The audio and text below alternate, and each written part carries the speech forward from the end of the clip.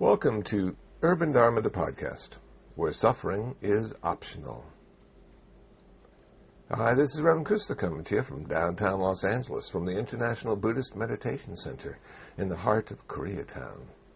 It's a cool and overcast day this day after Christmas 2006, and what you're about to hear is an extension class I did at Loyola Marymount University. The title of the class was Integrating Buddhist Practices into Everyday Life. This is Class 2, Part 2. The class ran from September 28th to October 19th, 2006.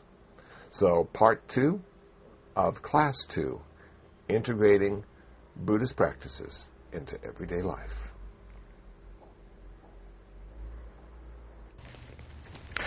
Okay, so what we're going to practice is loving kindness meditation. And you can actually add and subtract. This is not in stone. In fact, this is something I came up with, and I changed a few words because I didn't like some of the words. One of the words I didn't like was success. May you be successful.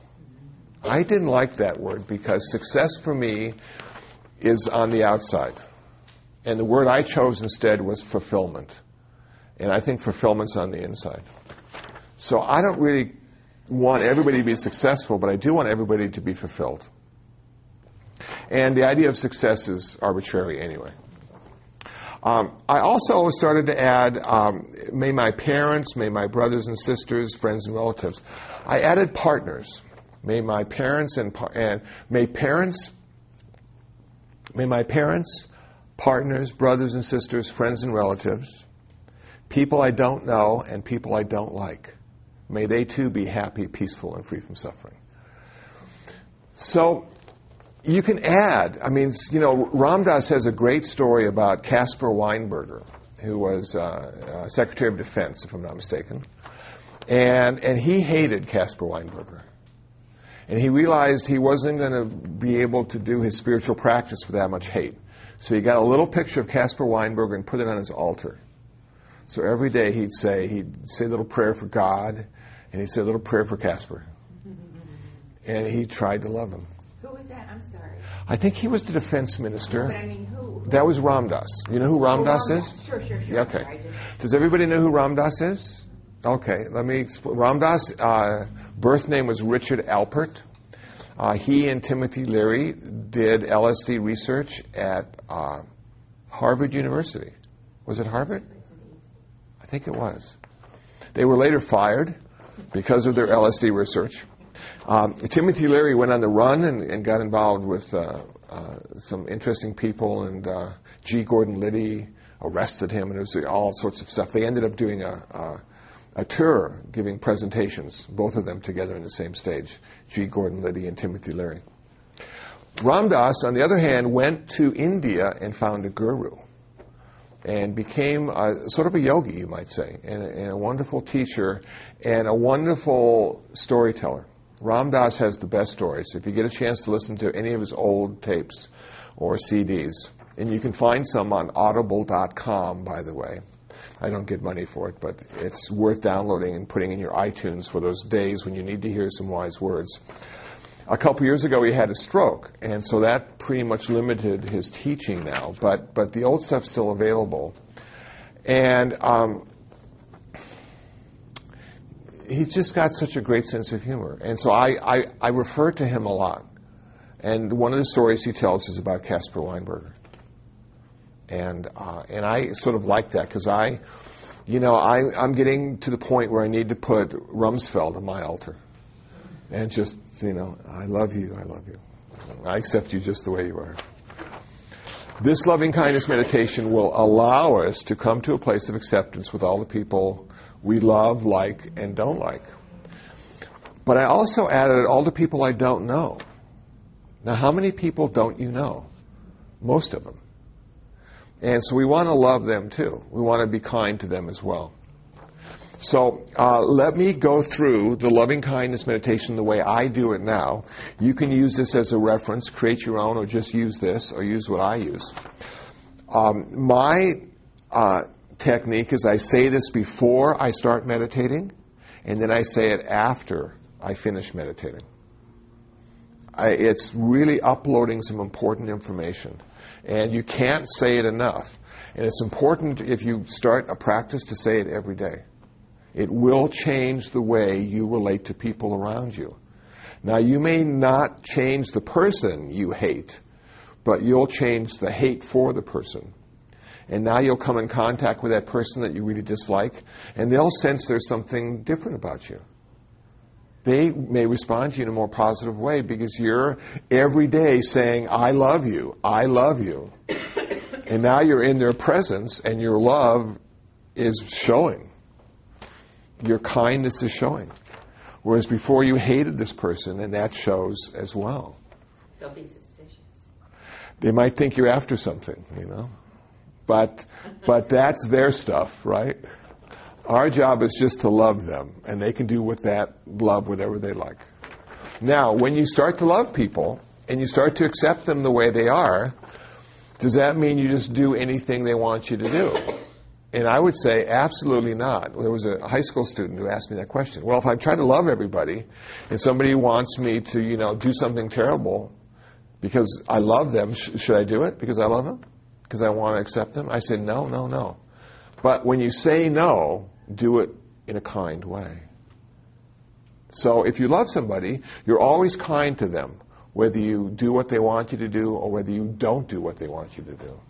You're always kind to them. And can you say no in a kind way? Only if you love them. Because if you hate them and you're going to say no, it's going to come through as anger. Very interesting. Yeah.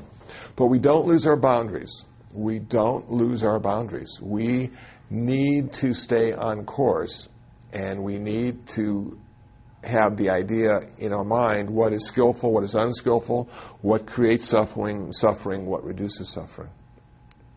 So if you can, just sort of put your feet on the ground and sort of your back straight. These chairs are pretty good for back straight. And just, you can close your eyes or keep them open and listen to the words I'm going to say. And let me get my bell. That's a nice touch. And I'll say it a couple times. I'll just go through this a couple times so you get the sort of the pace, the cadence. But again, you need to make it your own. And it really helps, if you're alone when you're meditating, to say this out loud so you can hear yourself saying it. It really makes a bigger difference. And I'm going to just say it the way I normally say it, so it may be a little different than what's written down.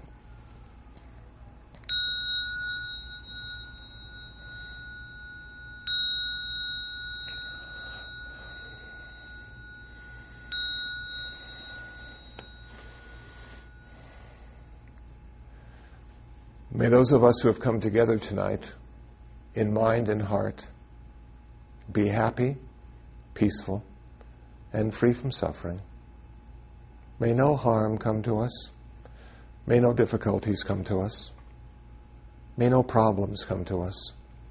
May we always find fulfillment.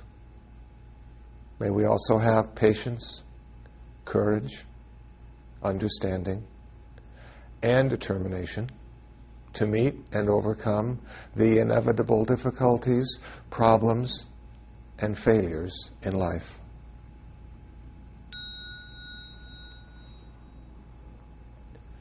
May our teachers and all teachers of the truth be happy, peaceful, and free from suffering.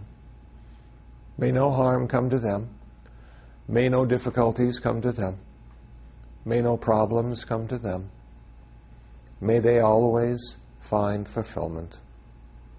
May they also have patience, courage, understanding, and determination to meet and overcome the inevitable difficulties, problems, and failures in life.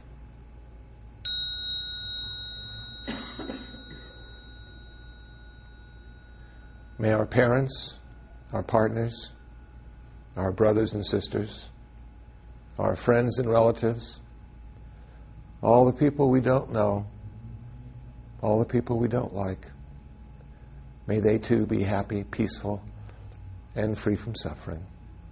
May no harm come to them. May no difficulties come to them. May no problems come to them. May they always find fulfillment.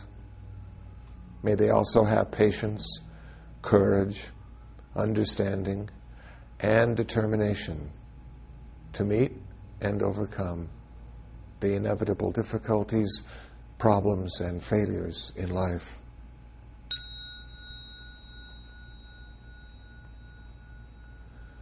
From the highest realm of existence to the lowest, may all beings arisen in any of these realms, with form and without, with perception and without, with consciousness and without.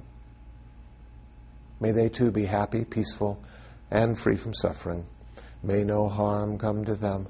May no difficulties come to them. May no problems come to them. May they always find fulfillment. May they also have patience, courage, understanding, and determination to meet and overcome the inevitable difficulties, problems, and failures in life.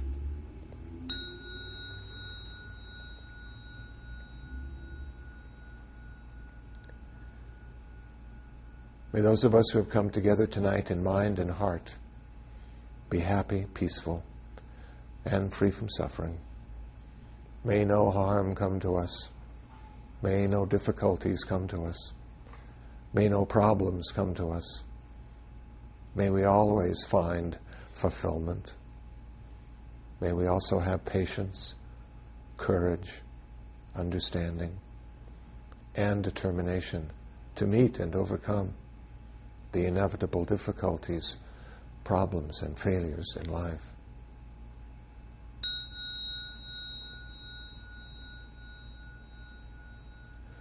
May our teachers and all teachers of the truth be happy, peaceful, and free from suffering. May no harm come to them. May no difficulties come to them. May no problems come to them. May they always find fulfillment. May they also have patience, courage, understanding, and determination to meet and overcome the inevitable difficulties, problems, and failures in life.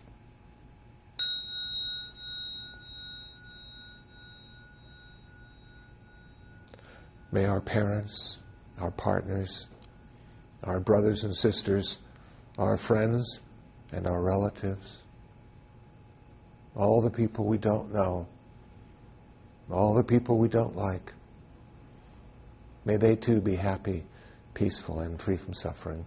May no harm come to them. May no difficulties come to them. May no problems come to them. May they always find fulfillment. May they also have patience, courage, understanding, and determination to meet and overcome the inevitable difficulties, problems, and failures in life.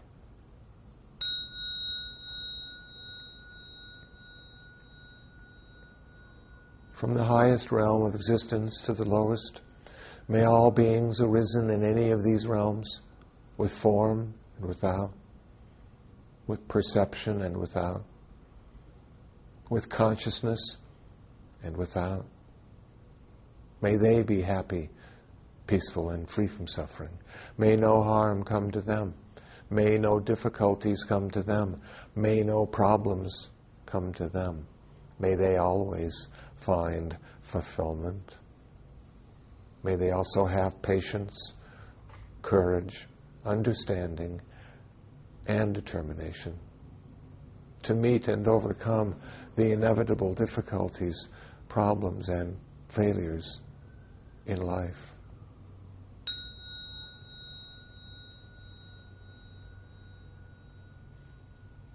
May the suffering ones be suffering free, the fear-struck fearless be. May the grieving shed all grief, and the sick find health, relief.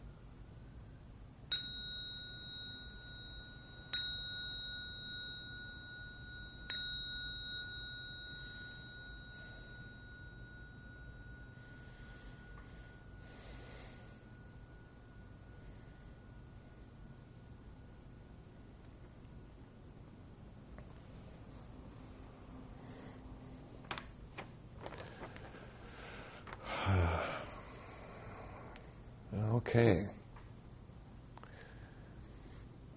Now what we were doing is we were uploading information. We were just, it's important if you can and have the time to memorize this. And you can take it with you anywhere you go then. Can you imagine sitting in the airport, which I'll be doing at the end of this month, with nothing to do, and then just saying, well, I'm going to do loving kindness meditation. And you just start doing this. And you close your eyes. And you go into that very peaceful place. And then somebody disturbs you and asks you a question. And you look up and you're so kind and loving. Oh, it's right over there. You can't miss it. And then, what a wonderful gift that would be to bring to the airport, you know? Kindness.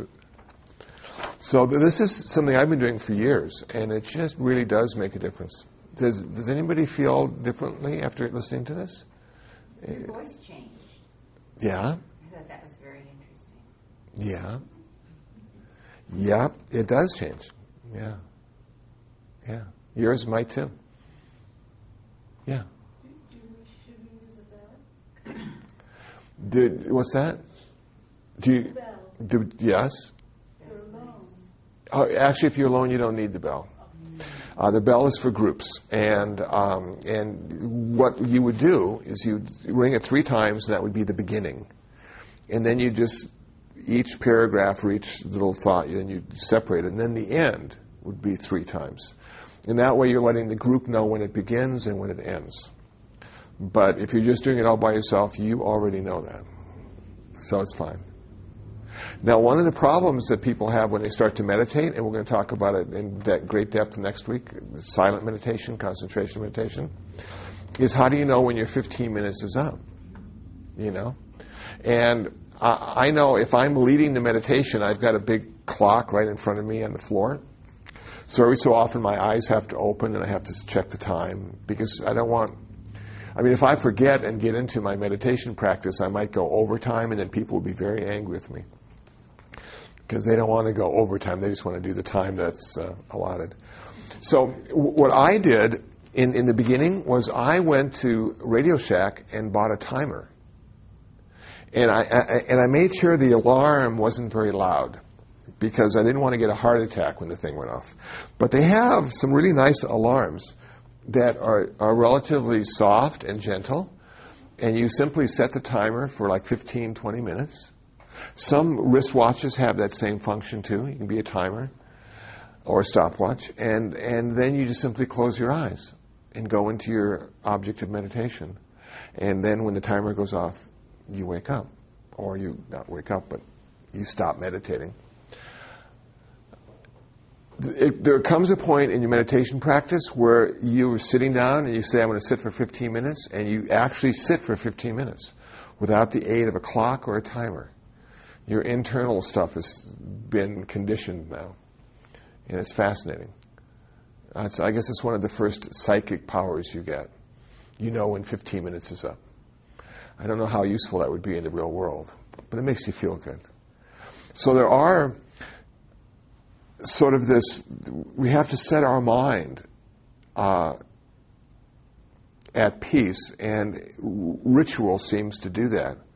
And if we have a consistency in our practice and sit in the same place each week, if you have a corner of your apartment or your house, and assign that as your meditation place, and don't meditate any other place than that, what you start to do is create an energy in that space.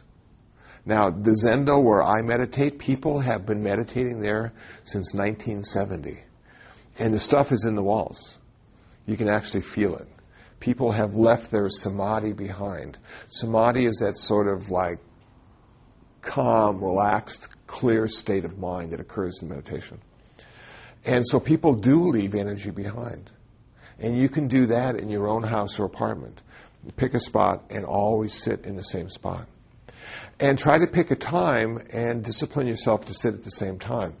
Now, if you normally get up at like 7 in the morning because you work and school obligations, maybe you could get up at 6:30 and have that first half hour as your time.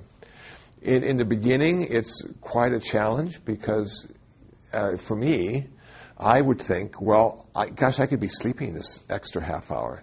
And wouldn't sleep be more important than getting up and sitting quietly? Well, as it turns out, getting up and sitting quietly turns out to be more important than sleep. And you can get just as rested in those 20 minutes of meditation as you would getting that last half hour of sleep in the morning. So it's better to do it in the morning than later in the day? It's actually better to do it in the morning and the evening before you go to sleep. I thought of it as being bookends on my day. I'd get up in the morning, I'd have those 15, 20 minutes, and that would sort of set me up for the rest of the day. And then after the day didn't go the way it was supposed to go, those 15, 20 minutes before I went to sleep allowed me to have good dreams. Very cool. Now, this is something that happened to me, and it might happen to you too if you take up this practice, that you assign a certain amount of time for your practice, and then the rest of the time is your life. So say you do a half hour in the morning and a half hour in the evening. So now you have 1 hour of practice and 23 hours of life.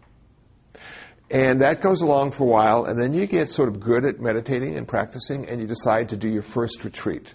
Maybe a weekend retreat, a Friday, Saturday, and Sunday afternoon. And you go, and now you'll be practicing all the time for a whole weekend. What I found in my own practice in life, that I started to have more practice than life.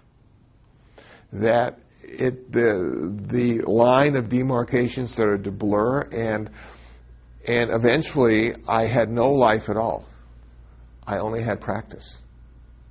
Now that sounds sort of depressing and disappointing, but it really isn't. It means that when you leave the house, you're practicing. And when you get to work, you're practicing. And when you're going on the freeway, you're practicing. That becomes your practice. And eventually, that practice actually turns into performance. And you no longer have to practice. It simply works through you. So in my current line of work, most of my stuff is practice. Most of the stuff I do every day is my practice. And you can look at it as your meditation. Just sort of what you do. So people are disappointed when they find out I don't have a life. You don't have a life, Kusala? No, I don't have a life. I just have a practice. But I always have something to do. That's what's cool about having a practice. You always have something to do, whether it's going right or going wrong. Yes? Between practicing mindfulness and practicing concentration. Yes. There's a very big difference between concentration and mindfulness. Mindfulness requires momentary concentration. And the concentration techniques we'll be talking about next week require you to have sustained concentration, going deeper and deeper into one-pointedness. When you're going through your day and you don't have a life. Yes, when I'm going through the day and don't have a life, I'm more mindful than concentrated. And it's simply literally mind being full of what you're doing right now. And those are such wonderful moments. When I work on my motorcycle and change the oil, I just sort of like change the oil. And it could be 20, 30 minutes, and I'm tightening this and adjusting that. And it's a great, great feeling because you're so connected to the process. You're not detached from it, and you're not fixing your motorcycle. You and the motorcycle are sort of like together, become one. When you're sitting doing your meditation in the morning, you can choose either mindfulness or concentration meditation. Yes. And then do you choose also to either open your eyes or close your eyes or focus on something? Yes. Well, I'm going to go into detail next week, but actually, I find it better to close my eyes. Unless you're reading maths. And, unless you're learning that, but once you get it memorized, then you can close your eyes. The problem with keeping your eyes open is you get distracted. And if you're sitting with a large group of people, there's always somebody moving and adjusting and scratching, and then so mindfulness is a bit different, and I'm getting confused with this mindfulness and Okay, there's two kinds of meditation. There's concentration, 40 different kinds of things you can concentrate on. Okay.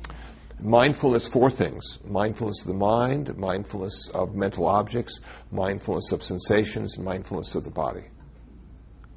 And so the techniques are radically different, but we'll go into that. And I did mindfulness for a while, but with me, in my personality, I kept getting agitated. And because I have a certain amount of clarity anyway, and it just added to my clarity, and I really saw how screwed up the world was, and I wasn't very happy. And so I went back to concentration and got some of that bliss and rapture going, and was able to, come to a place of acceptance with this world. So some people are too laid back, don't have much clarity at all, and need a good dose of mindfulness.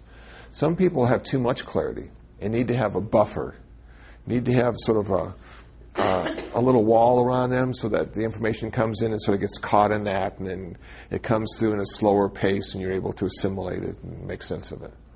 And that was me. And so I to this day continue to do concentration and don't do mindfulness, because it allows me to still have enough clarity but have acceptance. And that's what I need more. And you can be saying the same meditation in both mind. Yes. The words you're saying. And the words, yes, this is something else. This is something else. Yeah. And actually, both mindfulness and concentration start at the same place. But there comes a fork in the road where you have to decide: mindfulness, concentration, mindfulness, concentration. What is transcendental? What is transcendental meditation? Like TM? It's generally speaking mantra recitation. They sell you a mantra, and then that's your own personal mantra that you use, and you go into great states of bliss and rapture and concentration. What mantras do is they cut your discursive thoughts into many pieces. You really never get a chance to cluster all those thoughts into big daydreams, because the mantra is like a sharp knife. It keeps cutting. Coca-Cola, Coca-Cola, Coca-Cola, Coca-Cola. And all those thoughts just sort of fall into pieces. So mantra meditation works well for people that have a lot of discursive thought. It stops the train, derails the train, doesn't give it a chance to cluster. Good thing. Why do they call it transcendental? I suppose you transcend your small self and find the big self. But you can do that without mantras. Yes, you can. You can do that without meditation, too. A walk in the Santa Monica Mountains can oftentimes transcend you. Yeah. It's good. Well, it's drawing time, but you know what I want to do? I wanted to share one of my meditation techniques with you. And it's playing the harmonica. You know, one of the things I found about the harmonica, it really is like a meditation. And it took me years of practice to have it turn into any kind of performance. But I realize if I play it well, it plays itself. And the breathing technique that I realized in my harmonica playing, I also transplanted into my meditation practice for a couple of years. And that's diaphragmic breathing, which allows you to really get into some bliss and rapture states. Not useful, though. I mean, that's, those things are so easy to get attached to. So I usually bring this to the high schools because the kids like the blues. And I was thinking just the other day, I mean, what other kind of music would a Buddhist play than the blues, So it works out. Right. You have a whole thing on that. I do. Yes. Yeah, I do. So here we go. This is a little spontaneous blues.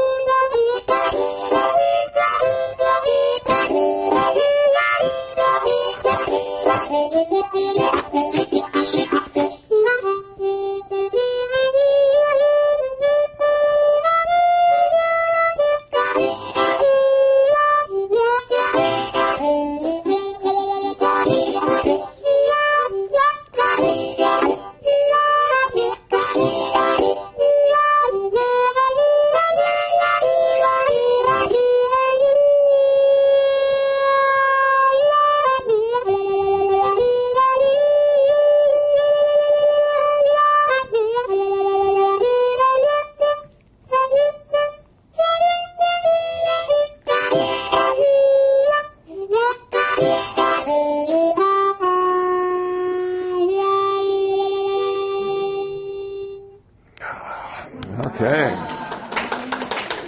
There you go. Doesn't that make you feel good to hear that? Yeah, that. So if you're inclined to want to go into breath meditation, maybe buying a $5 harmonica and practicing that will allow you to meditate even better. I'm not advocating that, but that's what I sort of did, and that really helped my meditation practice. But I imagine any wind instrument would do the same thing, you know. Those are so handy. Very portable, you know, and people are sort of amazed at how many different sounds it can make.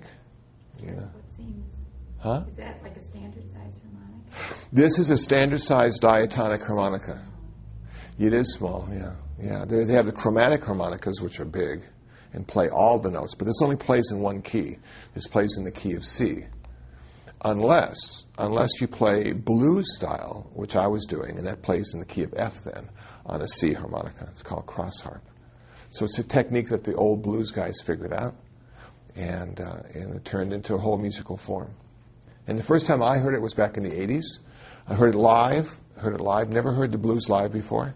And this guy got on the stage with this blues harmonica and just played, and I went, I got to learn how to do that. I had never heard anybody make those kind of sounds before. And so I went to McCabe's guitar shop in Santa Monica, and they had a whole section of harmonica instruction manuals and tapes and stuff. And the one I picked was Blues Harmonica for the Musical Idiot. And I'm going, okay, I can work with this, you know. It was done by a man named David Harp, not his real name. And I just got this cassette, and I just listened to it 1,000 times. And I would take this thing everywhere I went, to work, to the beach, drove people nuts. But one day, it turned from practice into performance. One day, it just sort of played itself. And I'm going, that is so cool, you know? So so music taught me a lot about how life works, you know, and the practice of music. And people say, well, you must have some talent, Kusala. I said, not an ounce of talent, but I do have time to practice.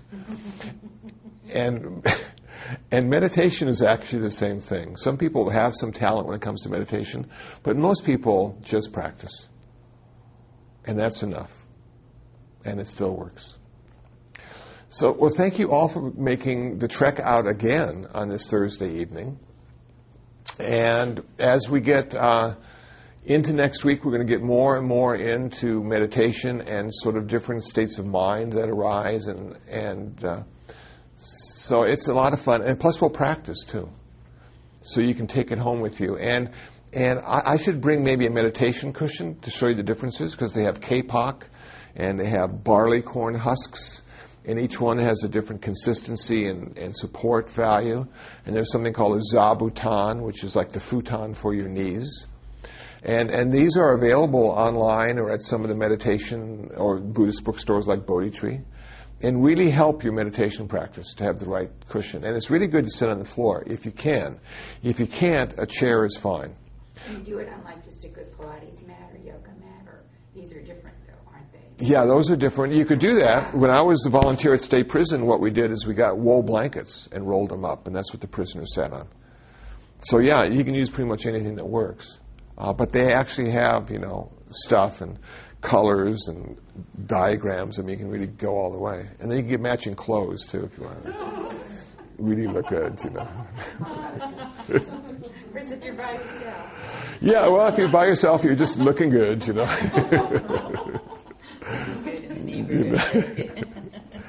So, thank you very much. Thank you. Okay.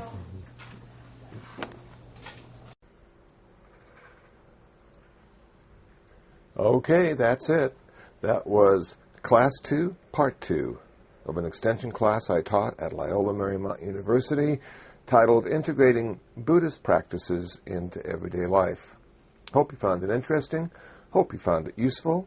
If you'd like to listen to more podcasts and interviews I've done with a variety of folks, please visit dharmatalks.info. That's dharmatalks.info. If you'd like to download some free ebooks and a 2007 Buddhist calendar, please visit buddhabooks.info. That's buddhabooks.info. If you'd like to email me, my email address is kusala@urbandharma.org. That's kusala@urbandharma.org. Coming up in January 11th to February 8th, 2007, I'll be teaching another extension class at Loyola Marymount University on Thursdays from 7:30 until 9:30. The title of the class will be The Buddhist Eightfold Path, A Way to Happiness. If you live in the LA area and might be interested in taking the class, please visit urbandharma.org and scroll to the bottom of the page for more information. Well, that's it. That's the end of this podcast. I'll be posting the next one soon. So until the next one, be happy, be peaceful, and most of all, be free from suffering.